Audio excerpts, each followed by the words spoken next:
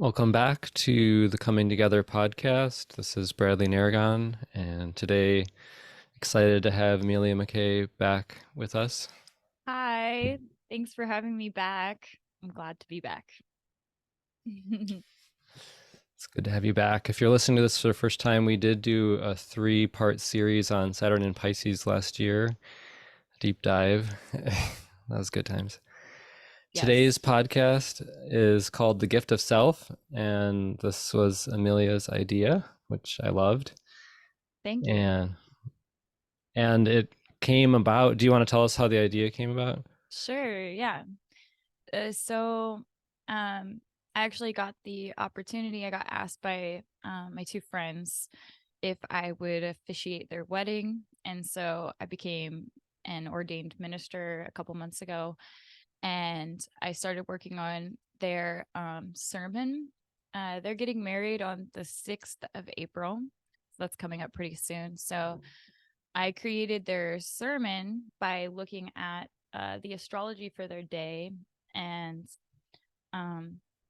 since it was so close to the eclipse, there's a lot of like stuff coming through that kind of relate to sacred marriage, or even just like the right things in our lives right now. There's like all this opportunity to really commit ourselves to um, anything that we love. And, it's just a time of like attracting good things in your life. And then it circles back to topics that we've talked about before as well on here, where surrender and stuff seems to be the main piece of a lot of this exploration around the laws of attraction, attracting to you the right relationships, the right situations. And that this Pisces, like Neptune energy and Saturn in Pisces is kind of lending all of that stuff of like, how do we attract the right things for us? And that a lot of that has to do with surrender. So that's what this talk is pretty much about. So I'm excited to share all this today. Just a really nice little chain of insights coming up. Yeah, and well, from what you've shared with me so far, it is specific to the wedding day, but there's all these, universal or archetypal themes that really just apply in general to, uh, I guess, from what we've talked about, more of a very much an intentional sacred union. Mm-hmm. Um, I guess it's a kind of weird thing to say, but um, maybe not. No, like not to say that people get married without intention. Um, Mm-hmm. but I think that'll make sense as we go a little bit. Definitely. Yeah. What was are you willing to share the date of the wedding? That um it's April 6th. So all 2 right. days before this um total solar eclipse. And yeah, that not I mean it's so close that there's not much that really changes, but um between those 2 days. But yeah, um that chart looked super beautiful when I looked into it, and I mainly focused on that huge stellium that's being formed like between Pisces and Aries. And so all of those, it was cool because like when I started looking into them, it was like each sign kind of gave, it was like each one was the step in the process and gave like these little hints at what was necessary to step into something so real. And so yeah, lots of it kind of just like lead with the Pisces kind of stuff of just like you let go, you let go of the old so that you can like renew yourself with whatever is coming and what's new. And so there's lots of like um space to create something that's like really powerful and right for you, I guess. It's beautiful. I've really grown to love marriages, and I just think it's a really magical moment in time. My understanding with the evolutionary astrology point of view is that Scorpio in the eighth house correlates to marriage and this level of union.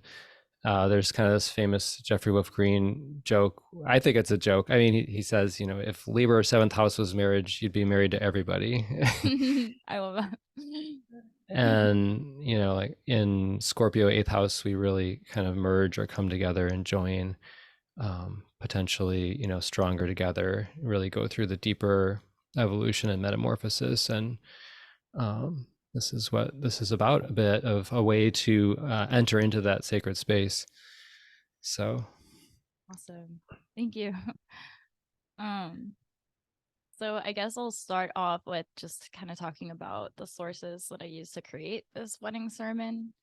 Um, and the first planet that comes up in the whole stellium, the first one is Mars in Pisces. And that one was really powerful. It's the ruler of Aries as well. So kind of becomes this real star of the show, really, because it's like, here's the key ingredient. If you can get this aspect right, then it'll start looking really nice. So Mars in Pisces is about the willingness to offer or surrender that leads to a strengthening of a union or spiritual growth. It's a willingness to discard, to give up, and to let go, even when we don't know if there will be anything for us in return. It's all about gestures and words of kindness or positivity that have no motivation of a personal desire or expectation for any particular outcome. In any spiritual growth, there is a surrendering. Something is lost, something dies so that something else can be born. A certain phase in life, perhaps, a certain relationship, activity, or attachment, a certain definition of self-identity. So it's a surrendering in order to hear more deeply, to see more clearly, and receive more willingly love's intelligence and intentions for us. This leads into the non-separate nature of Pisces that sees there is no separation between you and those you love. And so what you do for them is also what you do for yourself. And what you do for yourself, you also do for them. Our happiness is shared. Healing the areas of mental health and things like addiction or needing to come back into sobriety come up because this is a vow that you make to yourself to do what's right and choose what's healthy. Choose what reality has to offer instead of what endless seeking brings you. And this personal vow to desire only what life offers you, this also impacts lives around you. If your partner and your life are united, then choosing healing or embracing the gift of life is also choosing and embracing the gift of your partner as they are as well. This is how we stay true to ourselves and stay true to love, stay true to them as well. This is how we stay in love. Healing and renewal have everything to do with the willingness to surrender to the unknown of the present moment. And from seeing that what you do is worth doing just for the sake of doing it, and not because you believe that it is only worth doing so long as you get something out of it in the end. Up until this point, we may have been willing to try everything but giving up control.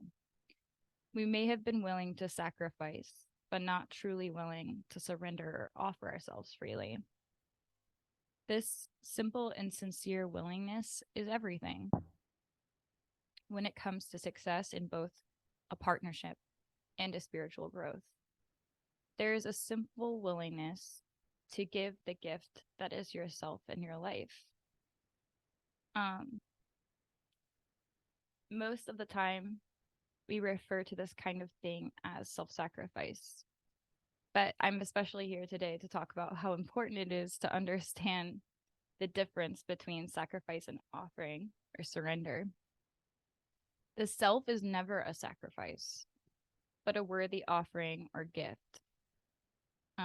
So here's where like my process got really specific. So I watched this YouTube video by Francis Lucille back in December of last year, and it sort of just passed me by, and it took a while for the significance of what Francis had said in that video to really sink in. And I remembered this idea that he was talking about, so I kept trying to go back and find the video on his channel for like 2 months, and I could not find it. It was driving me crazy. I knew that there was something to it that I like needed out of it. And I finally made this conclusion that the video must have been taken down or removed for some reason. Couldn't understand why. Then one day I just like I was just like relaxed on the couch, and I remembered the significant detail about the video, and it clarified everything for me. In the video, Francis had mentioned his previous failed marriage, and I was certain at that point that he must have taken the video down because it was a bit too personal to just have it be shared out there on the internet. And I was also like, oh, wow, I finally realized why this was so significant to me, because in the video, Francis was mentioning the success, like how we are successful at marriage. What's the success of marriage, and how does it become unsuccessful? And since remembering this specific detail, I've pieced it together. In the video, Francis mentioned how we should understand the difference between sacrifice and offering, because if we don't, we'll be disappointed when what we come to expect doesn't happen. He said something like, imagine a man loans money to his friend, and the friend is under the impression that the money was a gift. The man who gave the money will find himself at a loss when the loan is not repaid, and the relationship between friends will be damaged. He was defining a sacrifice as a willingness to give up something, but under certain conditions, as long as we are repaid in some way, or as long as we get something in return for what we do or provide for another. These conditions obviously create limitations on giving, where the giving can become exhausted over time. Eventually, we come to feel that we have had to give and give and give without anything in return, until we run into the conditional bottom line of our attachment, and we do not desire to give up or surrender totally. In an unsentimental but loving way, Francis said that for years in his previous marriage, he had never sincerely offered, but was sacrificing. He had gotten married out of convenience, and he said something like that for years he was unhappy in his marriage, and that the marriage was a sacrifice of his own happiness and freedom. Eventually, there was nothing left to sacrifice, and the giving was exhausted, and this resulted in the end of his marriage. At this time, this information correlated with something that I had come across in an I Ching reading from Hexagram 47, titled Exhaustion. The family provides an environment that shows us the responsibility of caring, where giving is not exhausted, because it is done with no strings attached. We care for others because they are a part of us. Like an ocean that cannot be depleted because all streams lead back to it, you access a source within that is inexhaustible. It is inexhaustible only when you do not try to contain it. So that stuff, it was just like all of this different information at the same time. Like I had done that I Ching reading, and it helped me piece together all of these bits that I had been like trying to connect with what Francis had said. And it really helped me kind of like see it that way, because I could really understand, like, you know, there is an inexhaustible way of giving where you don't contain yourself, you just give of yourself because you see that there is no separation between you and your loved ones. And so it's not this like I give to you and I get back this in return. And in that way, it basically spoke about how it was endless, it's inexhaustible. And it's only exhausted, this type of care is only exhausted when we see this separation and when there are strings attached. Like, I do this for you and I kind of want something in return if I do all that. So this is the real key point to this stuff. You never make a single sacrifice when you are willing to offer and share everything you are freely with no strings attached. What you have to give is your peace, your intelligence, your freedom, your humor and joy, your energy and abundance, and ultimately your love and happiness. At the altar of any loving relationship, you never sacrifice these, but offer them unconditionally as a gift to be shared. What you have to give of yourself is found inexhaustibly at the source, but can only be freely offered only once you create this true relationship and have a clear recognition of this source, feeling it to be real, to be really you. And Francis sees this connection between a marriage between two people and in a union between us and the truth, or us and reality. He uses his failed marriage as a metaphor for the failure in a union between ourselves and the truth, or reality, whatever is being offered to you now in this moment, the gift and the truth we are supposedly in love with. Francis frequently uses terms like our love for truth, our love for reality, or being in love with the truth. And what he means by this is having unconditional love and acceptance for what we are in this moment, and the simple gift of being aware or being alive. And having this unconditional love and acceptance for what we are. And this is this we are desiring whatever is offered to us now in this moment, wanting what is.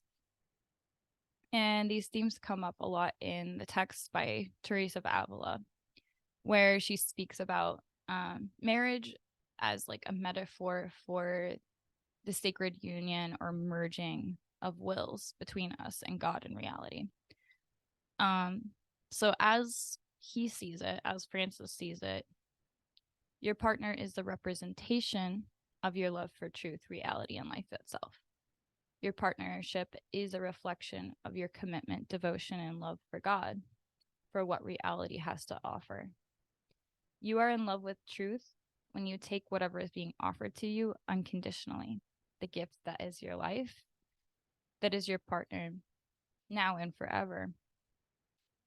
It would not be unconditional love, of course, if one partner looked at the other and said, I could do better.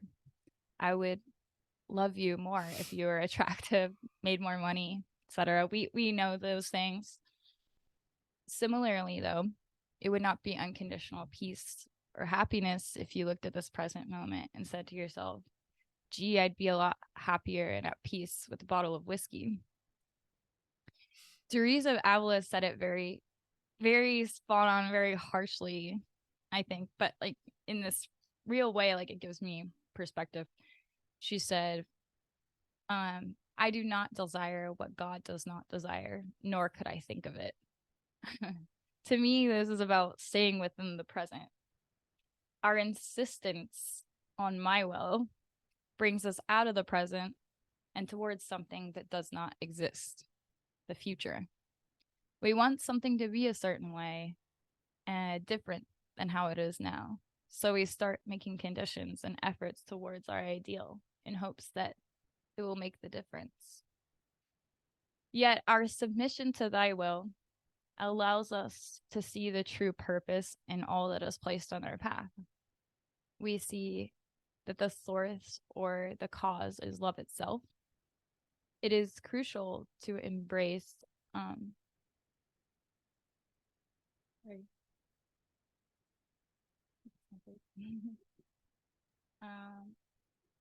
It is crucial to embrace life and accept what happens and not turn away from that love, which is sort of our conditioning.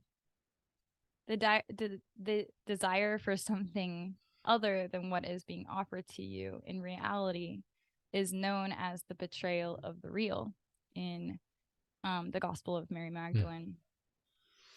The original meaning of adultery is betrayal of the real, of lying to oneself by knowingly allowing reflection to take place in the light of truth itself. But as human beings, we have the capacity to refrain from being slaves to our impulses, instincts, and emotions, and our thoughts and ideas. This commandment, you may refrain from adultery, means above all to refrain from regarding a person in a way that induces our craving or makes them into an object or a tool at our service.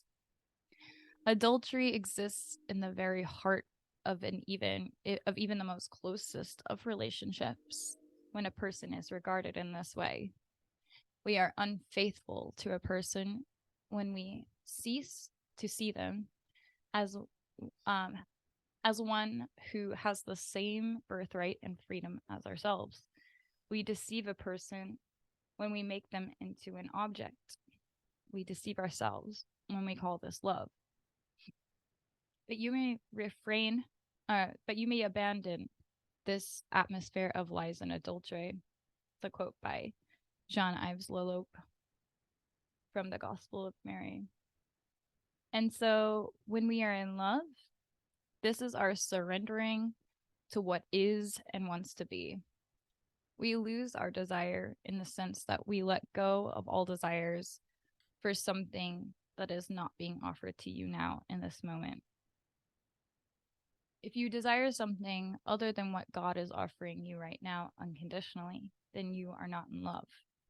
Love is that union of wills, and there is only one will, thy will, and thy will be done. What will be, what is, is.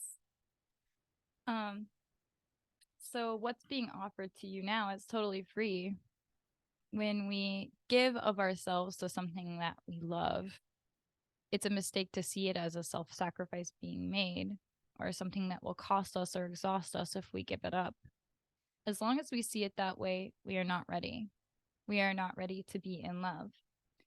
We are not ready for the responsibility of caring, where we are giving inexhaustibly of ourselves with no strings attached. And this, of course, leans super hard into Saturn and Pisces themes. There's that responsibility in caring for others that is done naturally when we see that we are one with those we love. And then taking responsibility is very much this simple recognition of our shared being. And that definition, a simple recognition of our shared being, is also the definition of love.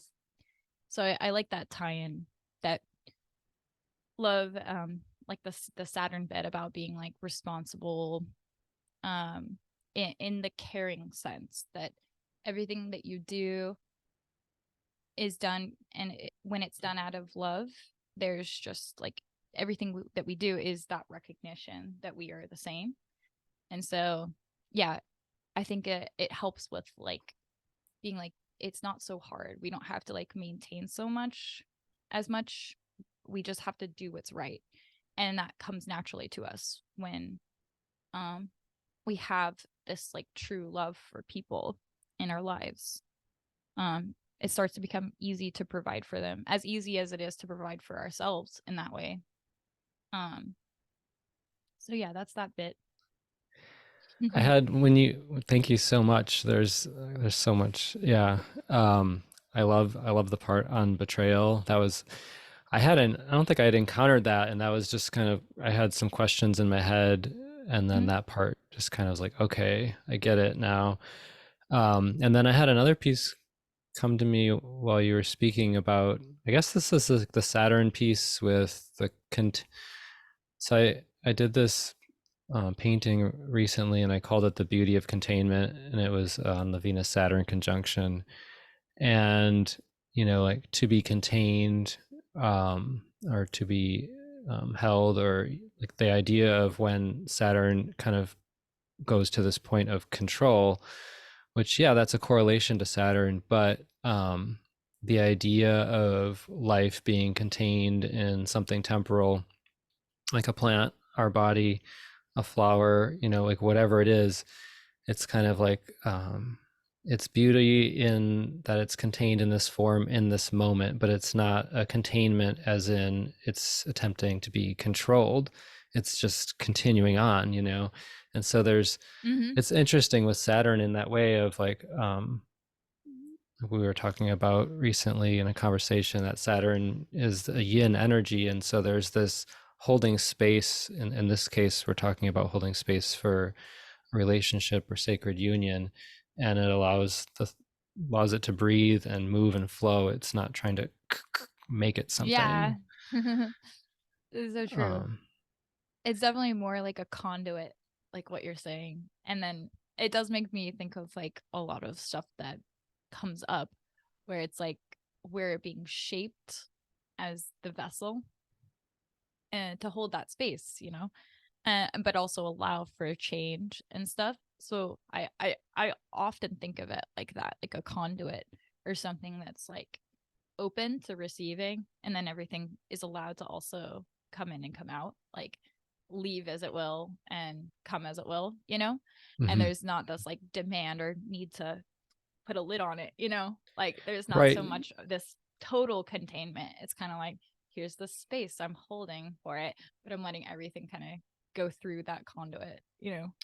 Yeah, like I mean, like any kind of matrix, or like like like skin is this barrier, but like moisture is going in and out of this, like things are passing through the, like Yeah. No, it's um not sealed. Yeah, totally.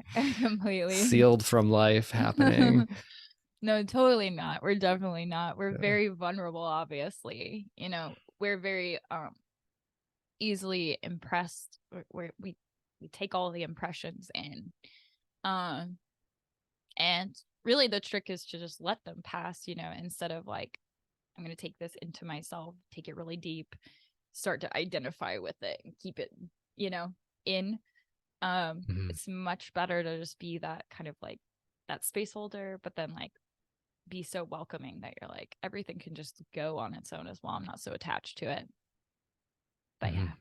yeah. The the other thing, I just, before we go on it, I just wanted to say that the betrayal of the real piece, like, so right in astrology, that like Scorpio 8th house correlates to betrayal, and then like I said at the beginning, it also correlates to marriage. So that was kind of this piece that was like, I guess like that was kind of the piece that was kicking around for me a lot of, but like if one person is showing up and surrendering to the process and the other is not, then it, like, it doesn't really work, or like what, like how do you work that out? And then when I heard that piece, um I was like, that's the base of or the root of adultery. Like one person has betrayed the real, the truth, and therefore they're not showing up to the relationship at the, like that's, I guess, like, I don't know if you could say the shadow of Scorpio, or just Mm-hmm.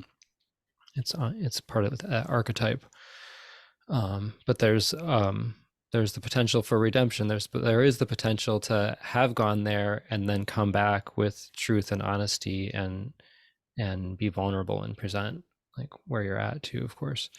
um yeah, that I love that that. Yeah. really that really kind of, I guess, like, connected some dots for me. Yeah. That's awesome. Yeah, I can see all that too. Um, it makes a lot of sense. um, Definitely those trials by pain and stuff like that, they can be very clarifying, of course, to things. And um, yeah, we've been talking about like all kinds of different ways, like, you know, things can fall apart or come together. But either way, it is like what's intended and kind of just like natural. And if you're really open to that, the right things happen at the right time.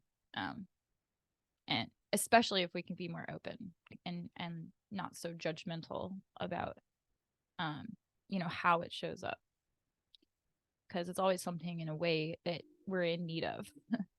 And I did think about something like last night, how it is sort of like that, like with people or relationships and stuff.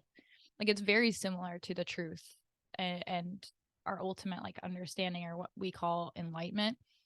Like you can hear this kind of the same message again and again and again, different words, but it might just not be the right person, the right time, the right way it's said. But then when it hits you, there's this, it's like the right time and place. Like it clicks, and like it's for you. It's very specific to you. Somebody next to you could hear the same words and it might not get the same effect. But I think people can be that way too.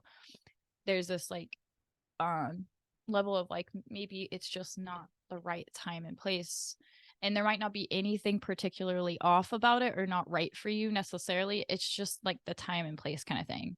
We kind of do have those kinds of understandings when it comes to love, like it's just not right for us or something, and that the right things are meant to be. And we've kind of talked about that in the last couple conversations, but it's really interesting, like um yeah.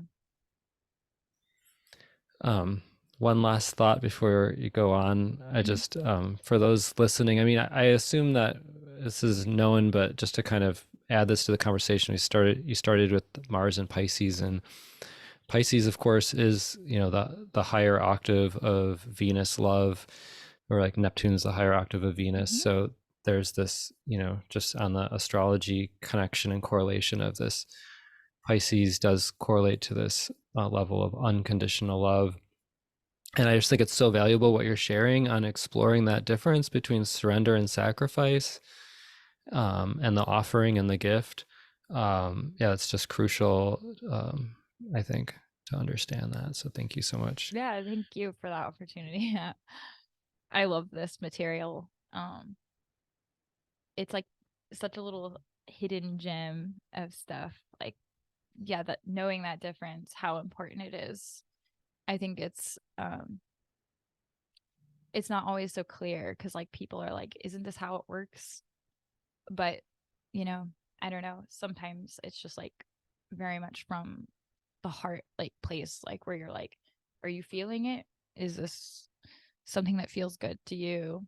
Um, or not? And it might not be worth it to continue to sacrifice things and stay in something, just for the sake of wanting it to work out. And so it's good to like just face the fact that it's not anybody's fault. And it really just has to do with the fact that it might not be the time, like your right time. You might not be totally like aligned with the right things like in yourself. And so it makes it hard for you to like meet another person where they're at and have that like be the surrender type thing that it should be. Um but yeah, I can keep going on to this cool piece that was a part of my research and trying to get um this understanding of sacrifice and stuff. And I listened to this kind of like YouTube short documentary thing about this like lady who she was like really knowledgeable in all of this like cool stuff about Yahweh, the deity. And she's talking about sacrifices and what the sacrifice was all about back when that was a really uh, normal practice. And so Yahweh, like the other deities, was said to be attracted to the smell aroma of sacrifice. So people used to sacrifice, animals, humans really rarely, foods, mainly just foods, mostly just important things, goods, on the altar to call Yahweh or whatever deity into that altar space and into relationship, to take the sacrifice that they had offered them and in return provide them with a blessing. um the bigger the sacrifice, of course, the more pleased the deity was expected to be, and more willing to respond to bigger requests, you know. And so sacrifices were like food for God. And um one sacrifice was sufficient for a blessing or two. It gave something maybe for God to chew on. But what about what would it take for God to grant us ultimate salvation or eternal peace and stuff? There will always be that need for God to come and give us a blessing.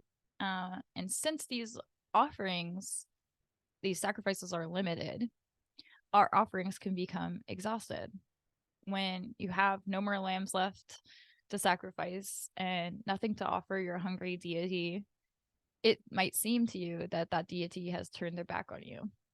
You have nothing left to sacrifice. And in a way, it kind of means you're unworthy before your deity. In a way, this strangely reminds me of, you know, modern misconceptions of like dating culture or something, in a way, because it's like, it is like, I have all this stuff, but it's like so exhausting to keep going, and am I going to be left with nothing in the end, kind of thing. It is that very conditional relationship that we have with God, tit for tat kind of stuff. And then I think this is just my these are just my connections that I've made, but I believe that like there is something very revolutionary in what kind of Christ came to do on earth, and in his self-sacrifice, where I believe like Jesus really did understand and really knew what God wanted, was that he wanted for us to offer our whole self as sacrifice, not just these goods, not just something that could be exhausted. God really wanted this ultimate sacrifice, and this would be sufficient enough, you know, to receive this ultimate salvation and eternal peace. And what this means is not giving our body as sacrifice. That's very important, since we are not our body. Instead, our body is more like the altar that God enters into, and this can only happen if we leave, or in other words, totally surrender the self. And it just happens that like to be in love with truth requires this same total surrender to everything that we have, everything that we know, and everything that we will. We surrender our own projections of ourselves into the future. We surrender our own projections of ourselves into the past, and being of the belief of being a possessor of any kind of position or condition. And then ultimately we make peace with the mystery and accept our not knowing in the present. Projections, feelings, beliefs about what we are, certainties, thoughts, that's all that the self consists of. Yet a worthy feast for God, so abundant, and that he may eat forever and be fulfilled. This is the offering that God wants us to make. God wants us to willingly give that over as the gift of self. We must unconditionally give over all these things that make us believe that what we are is not worthy, or perhaps too damaged or in need of something.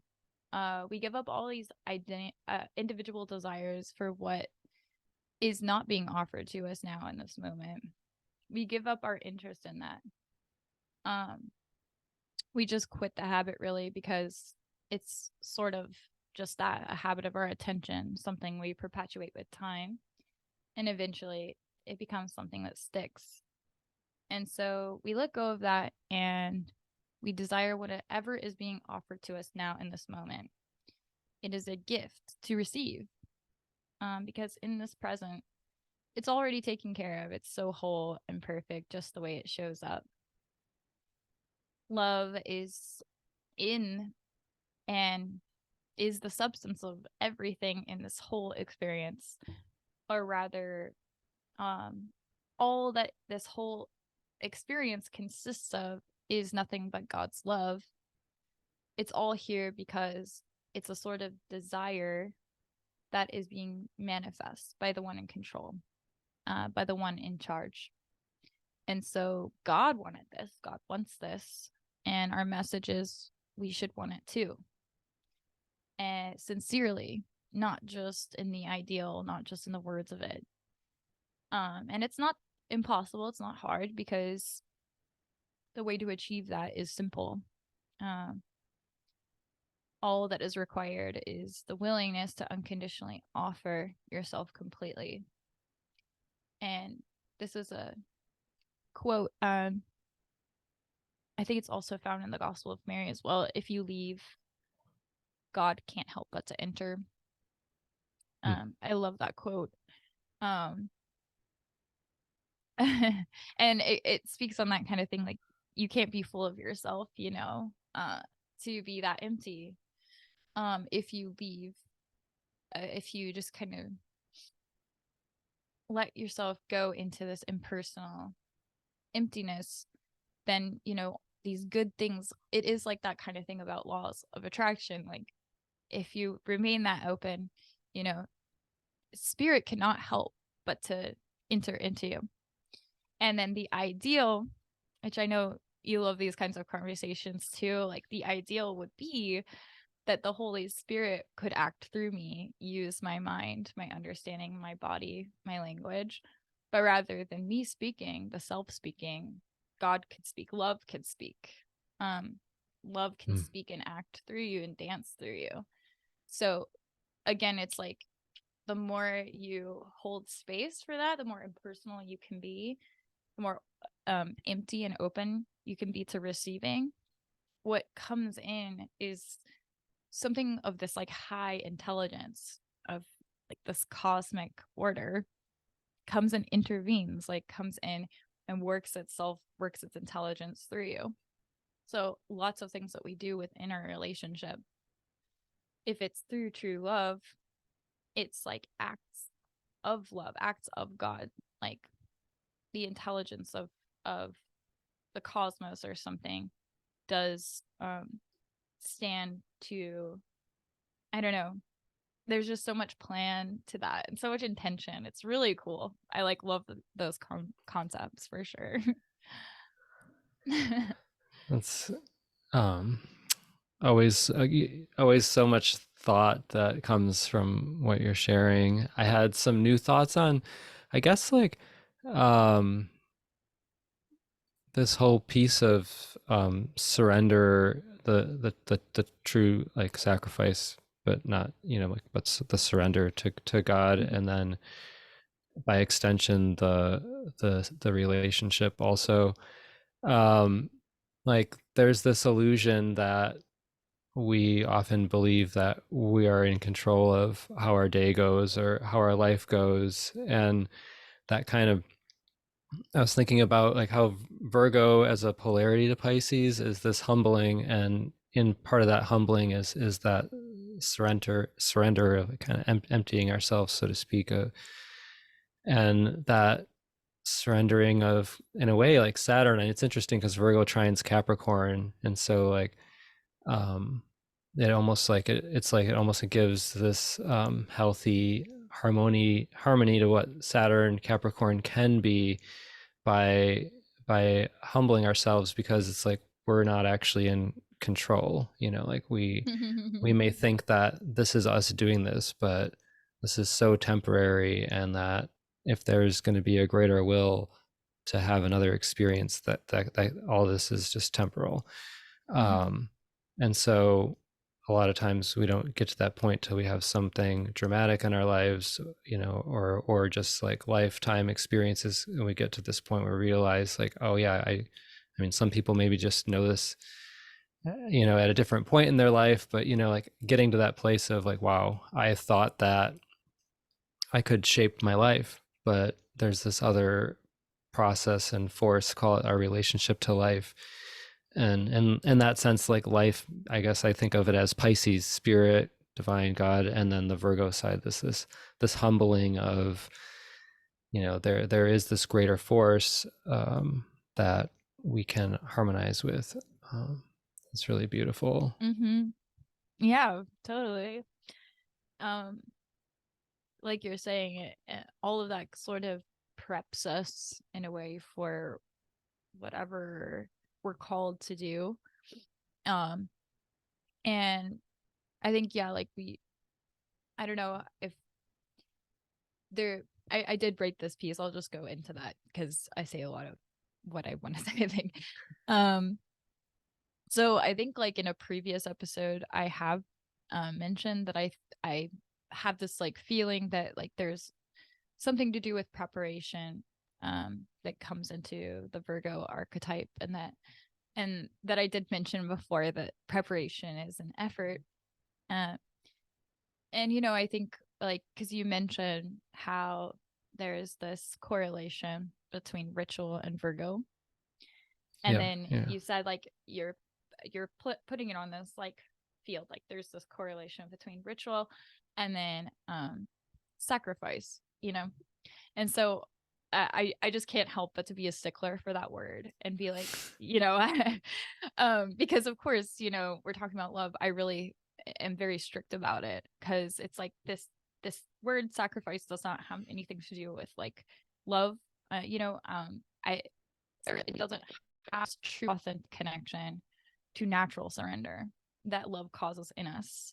That is really illuminated through that surrender Pisces end of things. So yes, of course, ritual and sacrifice go together, but the ritual and sacrifice are both on the same end. A part of the preparation and effort that is apparently so necessary to achieving things like security, fulfillment, freedom, love, happiness, and retirement into peace and ease. And so I think I have a nice way of like explaining this integration or polarity. Ritual, I believe, has everything to do with preparation.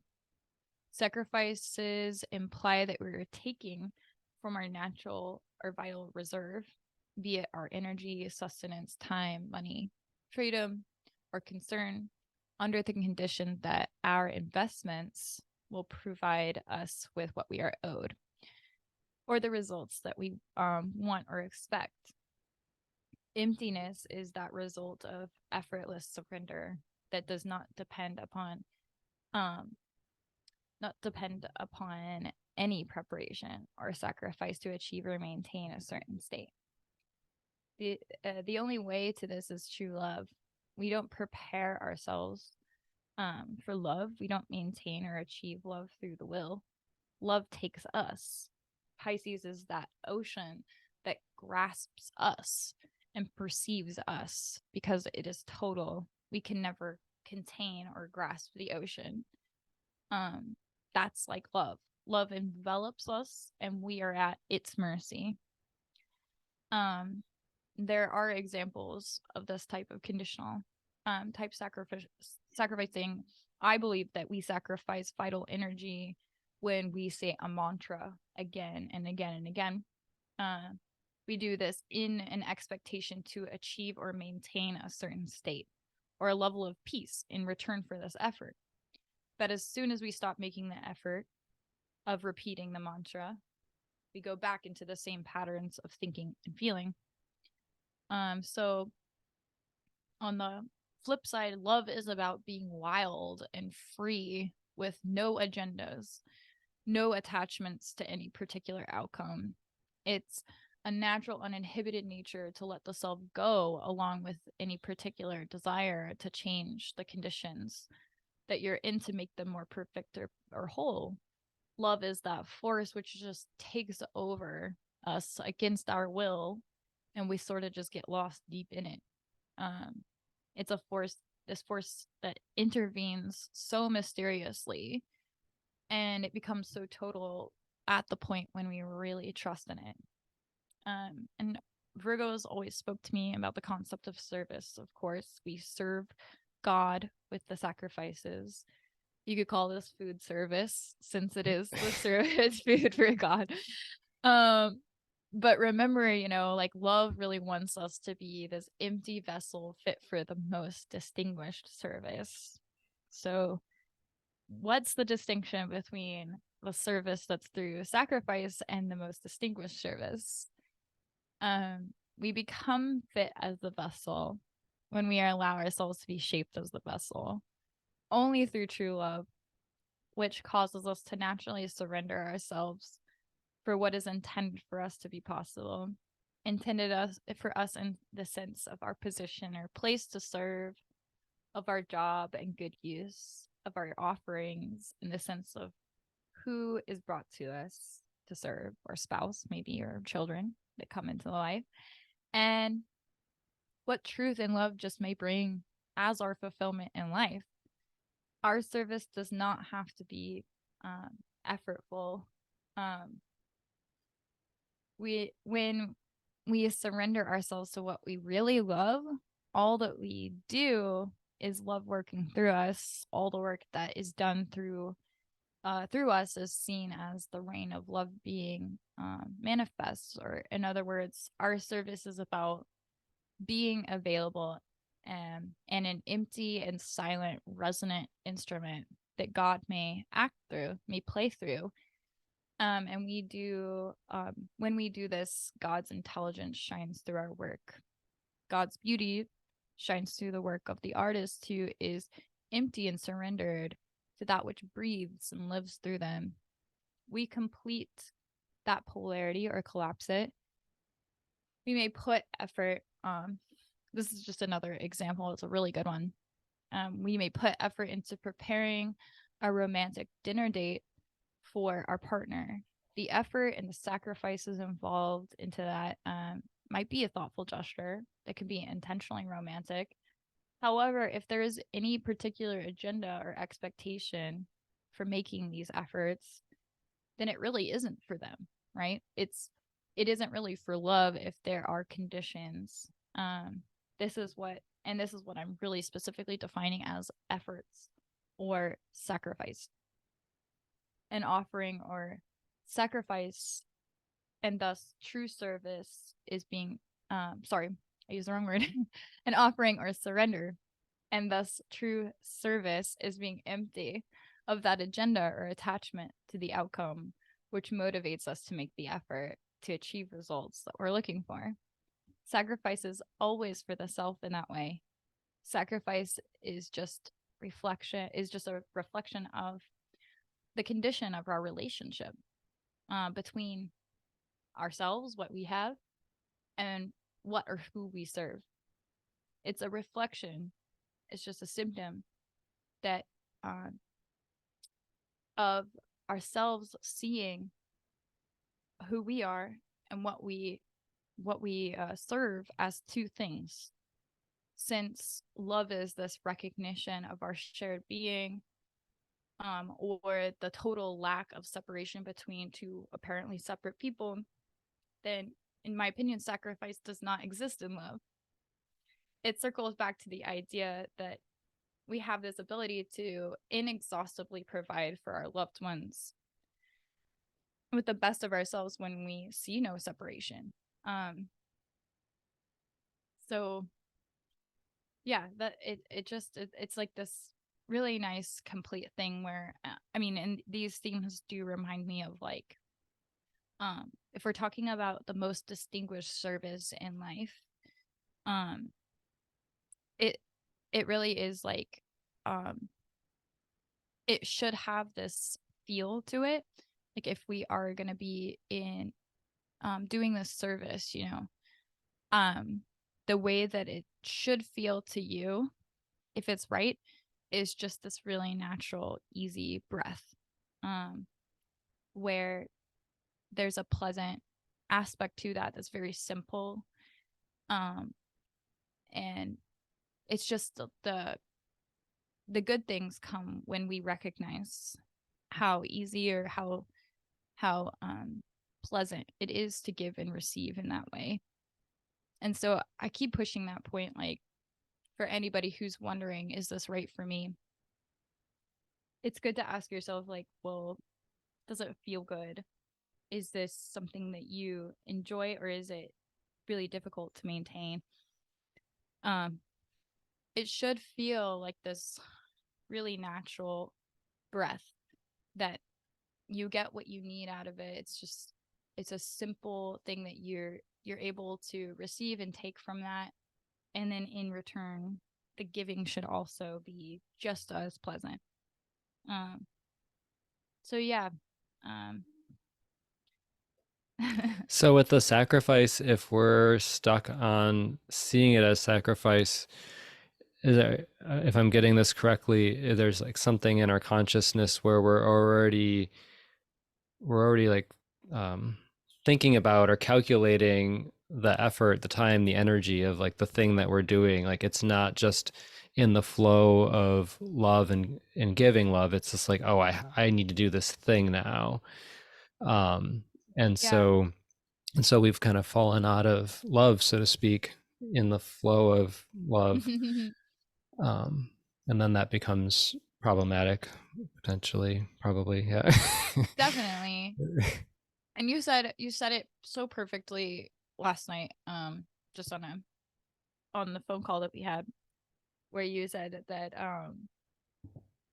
it's just like it's like a test. It just seems obvious that, you know, if the right type of relationship comes, it's because you have somehow been emptied enough and open enough. You're already kind of surrendered already to receive something like that. And it's definitely a different feeling altogether than what we're kind of used to, where we're trying to be like, I want to know what's going to happen next. I want to know that this is going to work out. And I think that is like, or like, how much time do I have to put into this kind of thing? Those are like those concepts that I don't know if they exist in the sense of like what, when we're just completely submerged, emerged in this total um love that just takes over, that's super wild and free and isn't like expected at all. So there's lots of like, I think it kind of lends into that whole thing, like we cannot prepare ourselves for this, so don't try. Mhm. There's no preparing yourself for love, so like there's nothing you can do to like make those steps to get ready. It's all a surprise. So Yeah. Well, I mean, okay. I feel like for those of us out there at different times in our lives who have the compulsion to have relationship in life, I think that one can um maybe like enter in for relationship, but not have done all of the surrendering that we're talking about here, and then therefore um yeah, like it has to kind of come up at some point, I guess, is the like it could come up. That was kind of one of the things that I have brought up a couple times, like it could come up through the vehicle of relationship, even though when we start the relationship we're not in that place, but like Mhm. it is possible. It's kind of like it almost makes me think of like the tower card. Like at some point, like our constructs or idea of what it is kind of have to kind of crumble and we That's true. surrender. That's very true. Yeah. Either way, it's an unexpected thing. Um, just coming from yourself or another person, like just being like, I didn't expect that. Just in the way of like how much that would shape you and change you, you know. Um, and I just, yeah, there's a way that like people do bring out that kind of thing.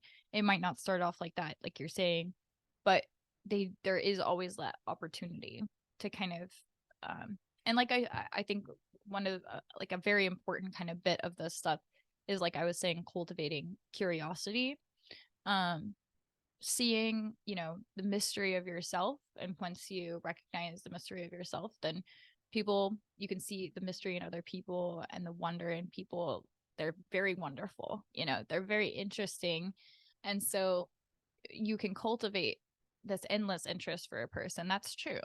And anybody can do that at any point. Like you can just be a little bit more curious as to like who this person is. You have to accept that you're never going to truly get to the bottom of someone or understand them.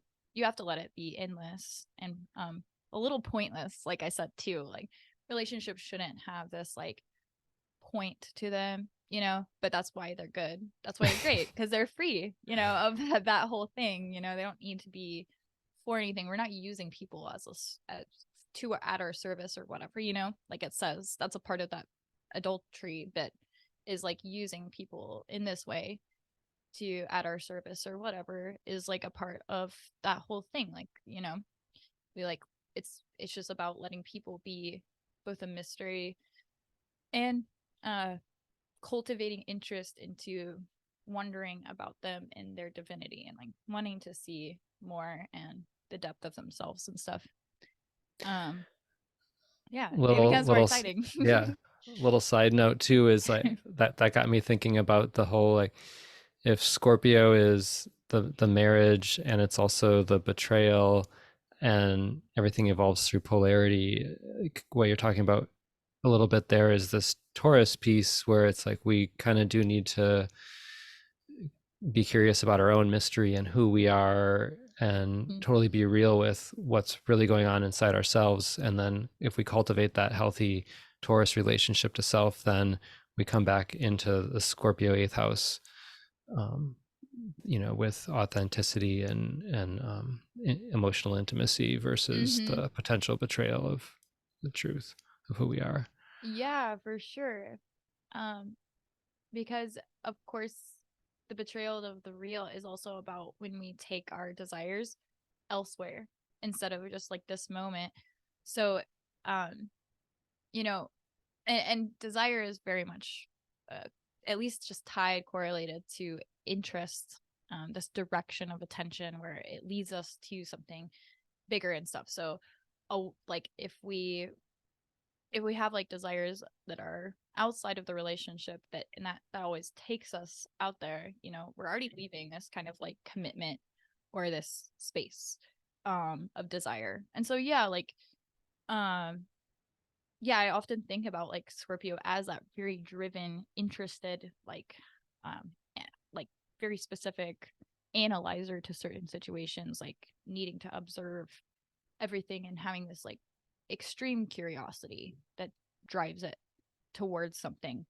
And yeah, like boredom, this disinterest in like people losing interest or allowing your partner to become so predictable and boring in your head, like you're not interested in them, you feel like you know them enough and there's no mystery and stuff. That is like something that like does sometimes kill a relationship. And I think that too, like if there's going to be this intensity, it needs to be the intensity of how interested you are in this person. And so like there's no end to the discoveries in them. They can surprise you like endlessly, and that's like um it's at least like the adventure is so worth it in like in this person, because you're like, I'm just this interested in them. I need to like get to this deeper layer within him and become more integrated and intimate, like you're saying. But yeah, that passion of Scorpio definitely comes into play of like that really intense drive. You So know. so there's this part like Scorpio, like peeling back the layers of the onion. If we're gonna get it to a point where we're guarded, where we're not allowing more layers of our own onion to be peeled back, how can that interest and curiosity of the partner be there? Because we're like holding back from Mm-hmm. entering, well, allowing them deeper into who we are. Definitely. This is so much about the willingness to share as well, the willingness to be uh open, vulnerable, naked in front of another person, like really allowing yourself to like let go of maybe the fear as well. Like I think those things definitely come through. um um yeah, like again, containing yourself. We're meant to be liberal and in love. We're supposed to want to just share everything we have, you know. And so um yeah, being brave enough to be that vulnerable with a person is a huge deal. It's a huge deal. It's how you get deeper and form greater bonds with people. And so yeah, you got to have at least just the bravery to be honest with yourself, I think, a lot. And like I said, not just show up as like, I need to look to you, my partner, as my ideal. And so like it's not just putting the forefront of what you like the best parts of yourself to the forefront. And then like it should be a Mhm. totality. Like people aren't with you, like I said, because you're perfect. They're with you because they accept this totality of yourself, and so do you. So it makes it easy. Makes it easy if you're like, I accept this. And then also being like, of course your partners can hold this. They can hold your potential in their eyes every day, even if you're not having a good day, just so that they can tell you, hey, I know you enough that I know you're better than this. And those things are important. But it's not important that we are like, oh, I need to be perfect for my partner. I need them to like see me as perfect or whatever. And that jumps into like this next little section about the Venus degree. Do you want to say something really quick Right. now? Yeah. Well, and also segue into the Aries piece, Mhm. the bravery.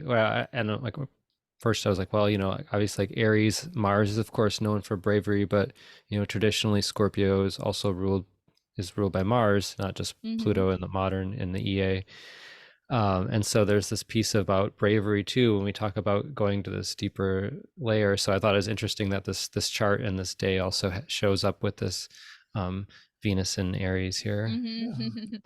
Yeah, it's very interesting. um yeah, I'll read the degree. This is the interpretation by Elias Lonsdale, from Inside Degrees, which is just an oracle book, um, for the 360 degrees of the zodiac. Each one has its own oracle, and this is Venus's degree for this is for the eclipse, on the 8th of April, and the image. The degree is Aries, 4 degrees, and the degree symbol, for this degree is the statue of a god worn smooth by devotees kissing. I love this one. It's so cool. And it says, honoring the spirit within at all costs, insisting upon the vertical aspect in all things. You feel driven by the heart to go to any lengths to express and embody the realization of divinity, intoxicated with the divine, called beyond and taken by a passion. You are dedicated and consecrated and given over, transported to other realms, ecstatic, a frenzy of conviction that nothing matters except the ultimate, swept away, released into the cosmos, liberated from the wheel, and expressing the inexpressible with consummate conviction. That one's so cool. Um, so yeah, I feel like it expresses like how love within the relationship between devotee and devoted, beloved and lover and beloved, it can inspire us.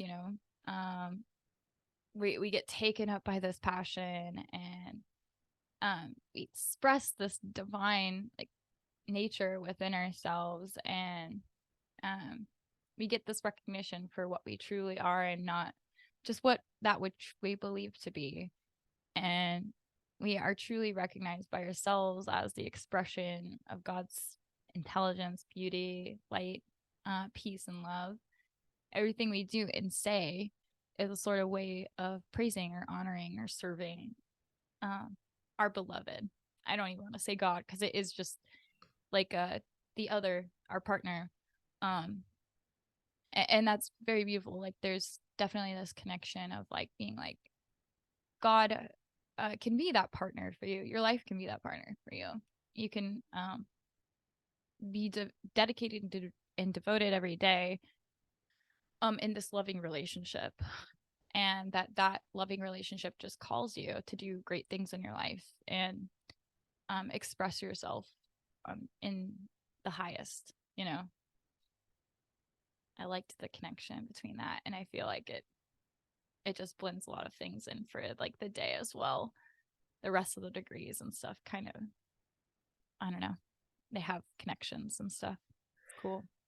It's so beautiful. And, like Virgo, right? Like if a statue is actually worn, it's because there's this, it's repeated, it's ritualistic, it's like over and over again coming in. And think of the Venus, like the attraction to that love itself, like the Mhm. desire is the attraction to the experience of love. Yeah, Um, I like how you put that because it does, it's like, it's inexhaustible energy directed towards it. So it goes back to like that whole thing, like, if it's true, it won't be exhausted in you. If it's repeated over and over and over again, you're not gonna get tired of that, you know, or like it's a chore. Of course, it's like something you're like, I want to do this again and again and again and again, That's kind of how it is too. Like, I want to do this every day kind of feel of like love, like that is how it is sometimes. Like you actually jump to that. It's not this task or this repetitive, like, yeah, thing to maintain so much as, yeah, love that. because there's love there, because Yeah, yeah. yeah, like your cups, like you're not doing it to fill your cup, but your cup is being filled. Right. Um, That's a perfect point too. I think like, yeah, there are two, this is, I mean, I've learned this like a while ago, but like there's two different kinds of desires. One desire uh, is this longing. It comes from lack and goes towards happiness or towards love. And then there's another desire that's just motivated already based off of love. So it's a desire that comes from love or comes from interest or comes from happiness. So it's not there just to fill this void or something. Um, you do it based off of being motivated from being happy already. So those are the desires that fit mm, really well with like um, within a relationship, like the right kind of desires. Because sometimes we right. get kind of in the muck about that, like what's the right kind of like desire, what's the wrong kind of desire in this Yeah. situation, but That's a and really like I really like how you clarified that difference there. And again, it goes back to the, law of attraction and doing the Taurus self piece before entering into the Scorpio piece. yeah. mm,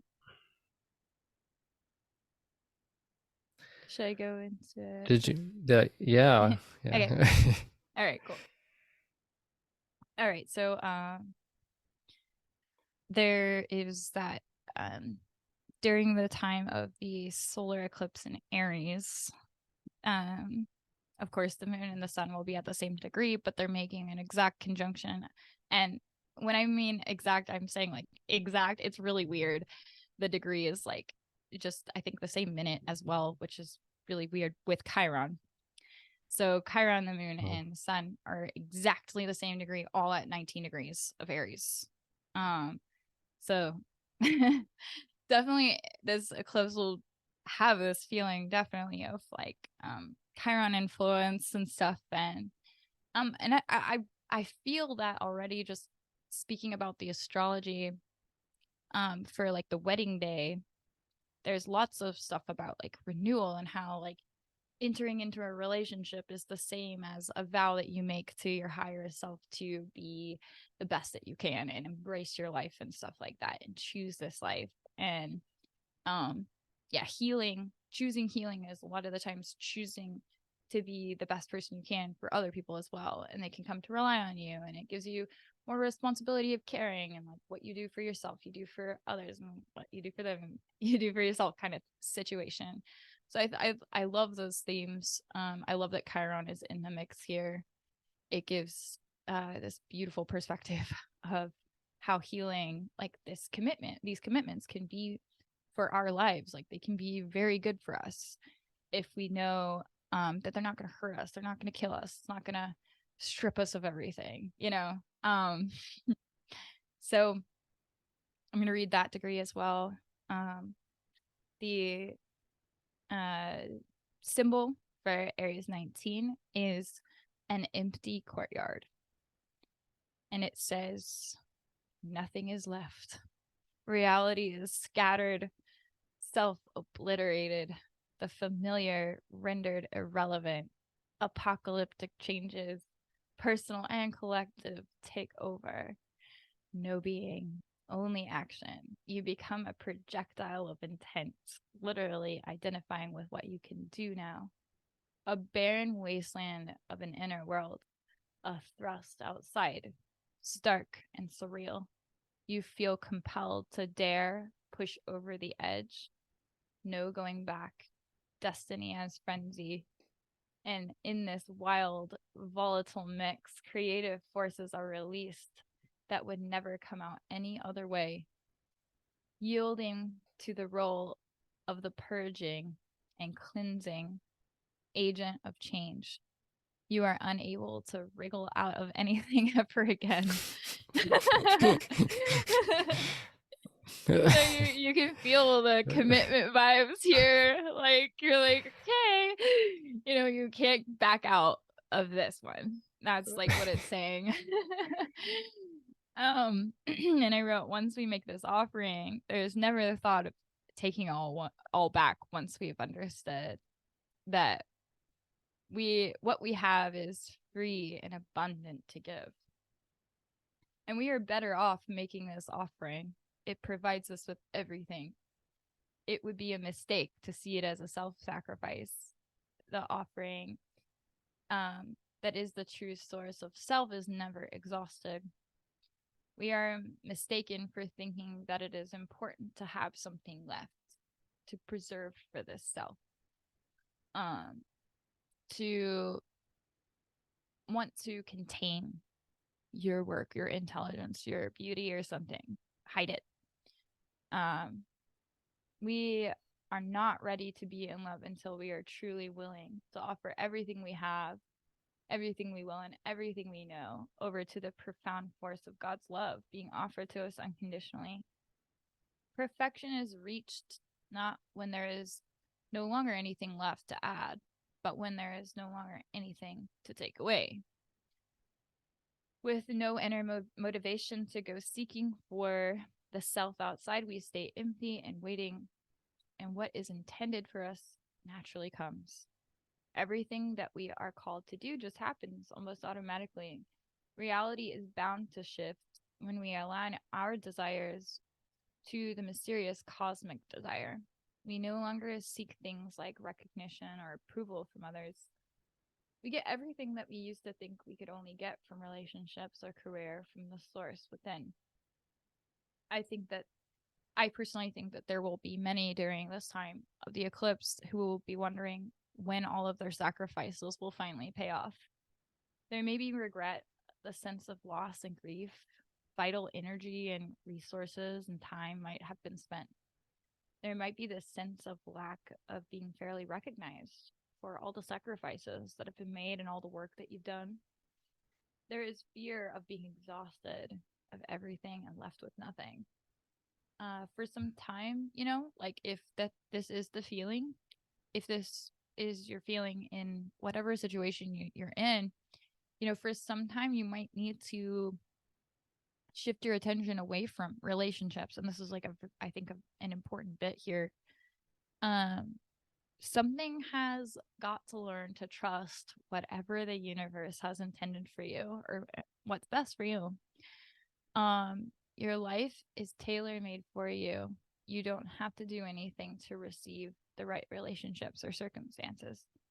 In fact, the more you ground yourself in your spiritual practice, the more you pay attention to your highest relationship, which is your relationship between your individual self and your source. The more you focus on that, by the law of attraction, you are going to attract what's right for you. If you're too needy of a relationship or recognition from someone else, you're going to end up compromising yourself and your motives are just going to be off. And you are going to attract maybe trouble for yourself. So when we wait, that's when life will always, send us a good one. We don't have to, like I said, we don't have to arrange these things. They don't need to be maintained. We don't need to arrange these relationships. They arrange us with, and then we find ourselves in those arrangements that are right for us. Mm-hmm. But they're only when we have really opened ourselves to them to receive that. And it's the right time and place for them. Because otherwise, something that could be really great, if it showed up at this like not the right time, it's not gonna work. It's not gonna be the right one for you.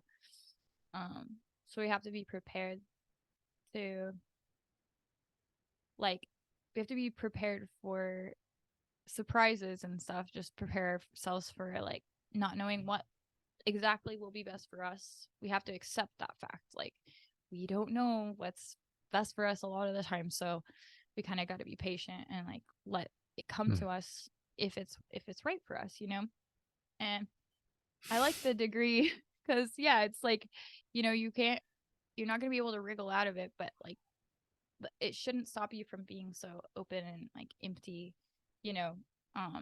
The commitment shouldn't scare you. Like I said, we're better off making these commitments, being selfless, having a reason to be that selfless. We're better off with these responsibilities than not, in my opinion. If that's like your healthy situation, you're comfortable there. Like that is like a higher place to be, is to serve not just yourself, but something bigger, something beyond you. Which definitely comes up at this time, I think. There's one thing you said in there that was basically like kind of this idea of like maybe we actually don't know ourselves what is best for us. Mm-hmm. And this kind of brought me back to some of our conversations last night around like the idea of like what is freedom. Like we have the freedom to do what we want, and so like what are we going to do? Like we're quote unquote in control. Like pick and choose like what you want, and like where does that lead us? Does it ultimately give us what we need in our highest for our path? This idea that life itself has a greater intelligence than our ego in Mm-hmm. guiding us to right relationship and right purpose and path. Pretty interesting stuff. Mm-hmm. For sure, yeah. It's weird. I think we're just so used to like the pressure and stuff of needing to figure stuff out. Like we were saying that as well. Like um that sometimes like we don't know what to do with the freedom. And also I have like a point that we don't need to know what we need to do with the freedom. Like because the freedom will, like I said, arrange what's right for us if we like let it. Um we don't have to, like I said, prepare so much or like be um like in the know, like in the expectation for like what will be called of us. Those are all like scary thoughts in a way, because you're like, how will I know what this is going to take from me? The truth is like we will never know that, relationships might call us to do the hardest thing we've ever done in our lives, and it doesn't have to change the fact that like of why we enter into them, like what was the purpose of this. um because we can kind of just allow it to be what it is, allow it to be something that just it's intended to shape us somehow, and we might not ever understand those things, but that's how relationships are, and we got to like take it for what it is instead of, I don't know, it can be tricky sometimes, I think. um, I love this conversation. Me too. So we're just as a time, I guess we're like an hour and 20 minutes in. Hmm. Um, Yeah. I believe you have the a version of the sermon that you're going to give at the ceremony. Yes. How do you feel about ending this time with the sermon? I would love to. Yes, thank you for asking me. I'd love to. Yeah, I worked really hard on it, so I'm glad I get to share it.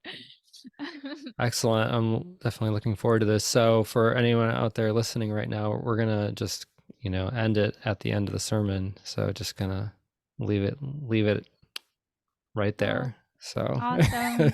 Thank you so much for having me on again. This has been great, and I love these topics. They're awesome, and yeah, this sermon will be delivered um at my good friend's wedding on April 6th. I'm looking forward to doing this. There'll be a lot of people there, friends and family, and um it's cool. I'm glad I get this opportunity to share it with more people out there. Um and like you said, I love weddings too. So much, and I always cry. Um and so I was really happy that I got this opportunity to create my own sermon. Um and yeah, I really wanted to put in all of that stuff, like uh it's okay, surrender to your feelings right now, like don't contain them. And so yeah, I'll start. um so love causes us to find fulfillment through the sincere gift of self. To love means to give and to receive something which can be neither bought nor sold, but only given freely and mutually. Love naturally prepares us to make this unconditional offering of the gift of self and vow to fulfill our highest truth in honor of our love. Fulfillment comes from a complete surrendering of the self to love. Total surrender seems to be hard to achieve, but in fact, it's very simple because all that is required is the willingness to surrender completely, and the gift is eternally yours. There are no other conditions, and there's nothing left to do to become more worthy of receiving the gift or to offer the best in ourselves. Giving and receiving the gift is as natural as breathing. You simply follow your heart's desire from moment to moment. Notice how easy and natural it is to fall in love. Notice how there is no choice, how it happens completely against your will. The force of love just takes all control. In love, you do not need to be made more accepting, choiceless, unjudging, or unconditional. The gift you give is already and inherently accepting, choiceless, unjudging, and unconditional. So offer yourself to love just as you are, and in return, take the gift offered to you by God and by love in this moment and always. Let this be your vow. Let your marriage, partnership, or greater cause be an altar where you may offer up your truest self. By accessing and recognizing the infinite nature of the source from which you give, this giving of the gift of self can never become exhausted. This is what makes the offering so different than a sacrifice.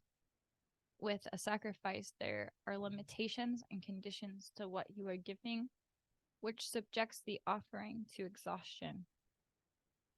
You never make a single sacrifice when you are willing to offer and share everything you are freely, with no strings attached. What you have to give is your peace, your intelligence, your freedom, your humor and joy, your energy and abundance, and ultimately, your love and happiness. At the altar of marriage, you never sacrifice these, but offer them unconditionally as a gift to be shared. Success only depends upon understanding the difference between sacrifice and offering, and that the gift you offer to your love is inexhaustible only as long as you do not try to contain it.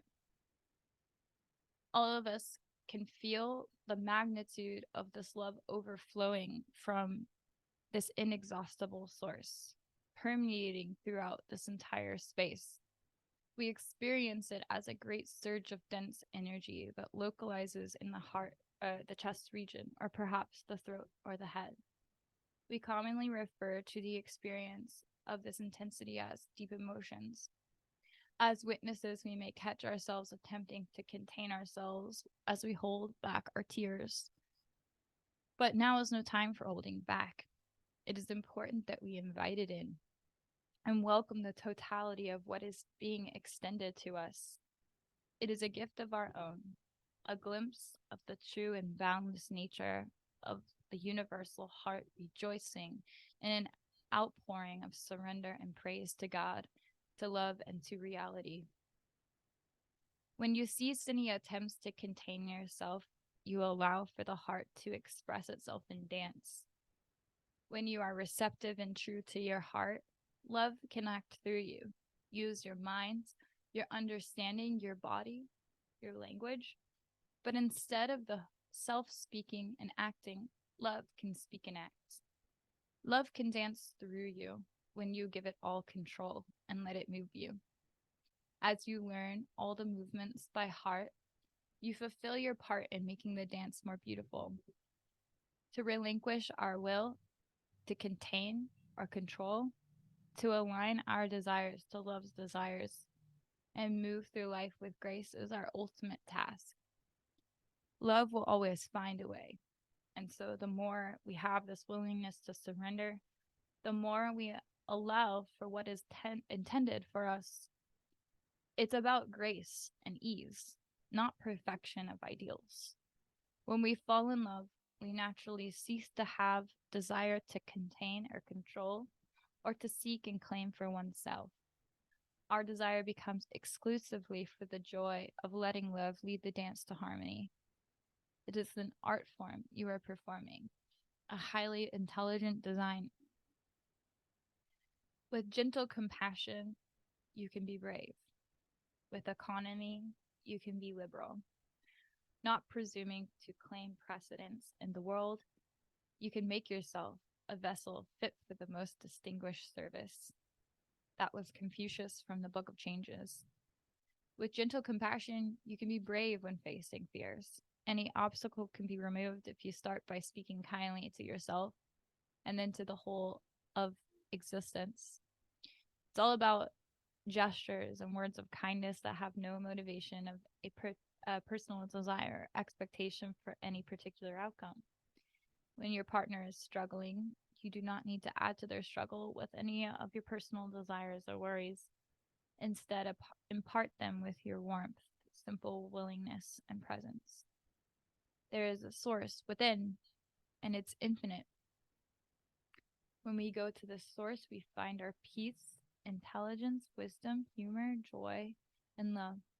When accessing this source, we cannot contain it, and we delightfully surrender all these treasures we find within by the simple fact that we want to be naturally liberal with them. It's just like an inside joke that you tell to yourself, you think to yourself, and then naturally you surrender your humor as a gift to be shared. The gift comes with the sweet taste of our true nature. Anytime you share your being, you collapse everything that keeps you separate from one another.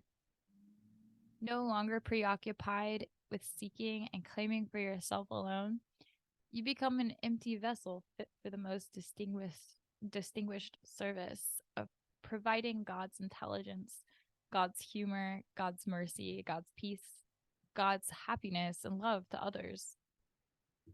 Choose the present, desire what's here, and then take whatever's being offered to you in the moment. Sometimes that involves embracing struggle, painful transformation, crisis, healing, and all that is put on your path. In those times of adversity, see your struggle as an opportunity to develop a greater trust in the higher forces at play. Whatever this force may be, it is your teacher and not your enemy. The teacher prefers us with our eyes open. It's that intelligence within you that opens your hearts and your eyes to what's right in front of you. In any spiritual growth, there is a surrendering. Something is lost. Something dies so that something else can be born. A certain phase in life, a certain relationship, activity, or attachment, a certain definition of self-identity. So it's a surrendering in order to hear more deeply, see more clearly, and receive more willingly love's intelligence and intentions for us. A force by many names, call it love, the universe, God, brought you two together because there was a hidden cosmic desire to have it this way, just the way it happened and just the way it is. It was all a part of a bigger plan, you see. And so, when you are in love, you are aligned with this cosmic desire and you are surrendered in that love, surrendered to what is and wants to be. Your partner is the representation of your love for truth, reality, and life itself. You are in love with truth and reality when you take whatever is being offered to you unconditionally. The gift that is your life, that is your partner now and forever. We could not truly honor this occasion without celebrating the personal vow that each of you made to yourselves and honor every day by embracing the life you are given. We wouldn't be here today if it weren't for your willingness to see it for what it is, a precious gift to both give and receive. The vow you make to your partner is also a vow of continual embrace of the gift of life, the gift of healing and renewal.